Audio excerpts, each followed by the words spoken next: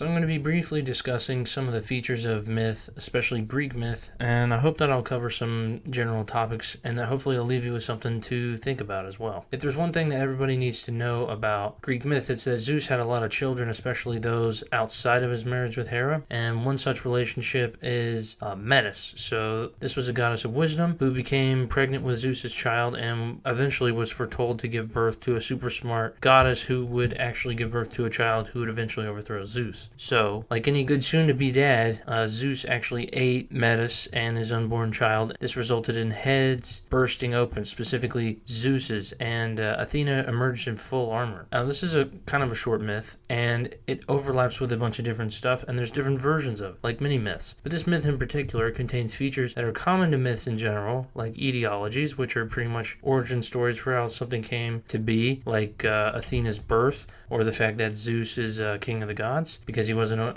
usurped by this potential child that would have been born. It's also moral components are sometimes mentioned, like in this example it's a kind of weird twisted one, and it's also muddled, like how eating your unborn child ensures that you maintain power indefinitely, and that also sometimes eating your children doesn't work, but eating your unborn children works. It's a weird sort of clause, because Zeus is only alive because his father ate all the other children and inspired some enmity in his wife, and then eventually Rhea smuggled Zeus out. So it's just, everything's a development on an earlier myth, and that's not always the case, but usually it seems that way in Greek myth. Myths, and this is the takeaway I think, is that myths challenge us to confront our assumptions, like maybe what I've been told to do isn't entirely true. You can't really control the future, but you can control how you act, and that does control our future. So, like Zeus, hopefully I prepared and planned a whole new section, which was going to be really windy and not going to make a lot of sense. So I just condensed it to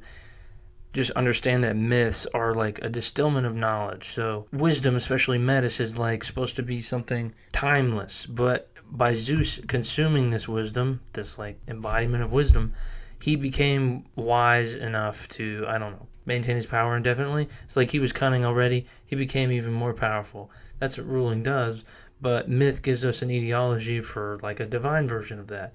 It's just an extension of human nature.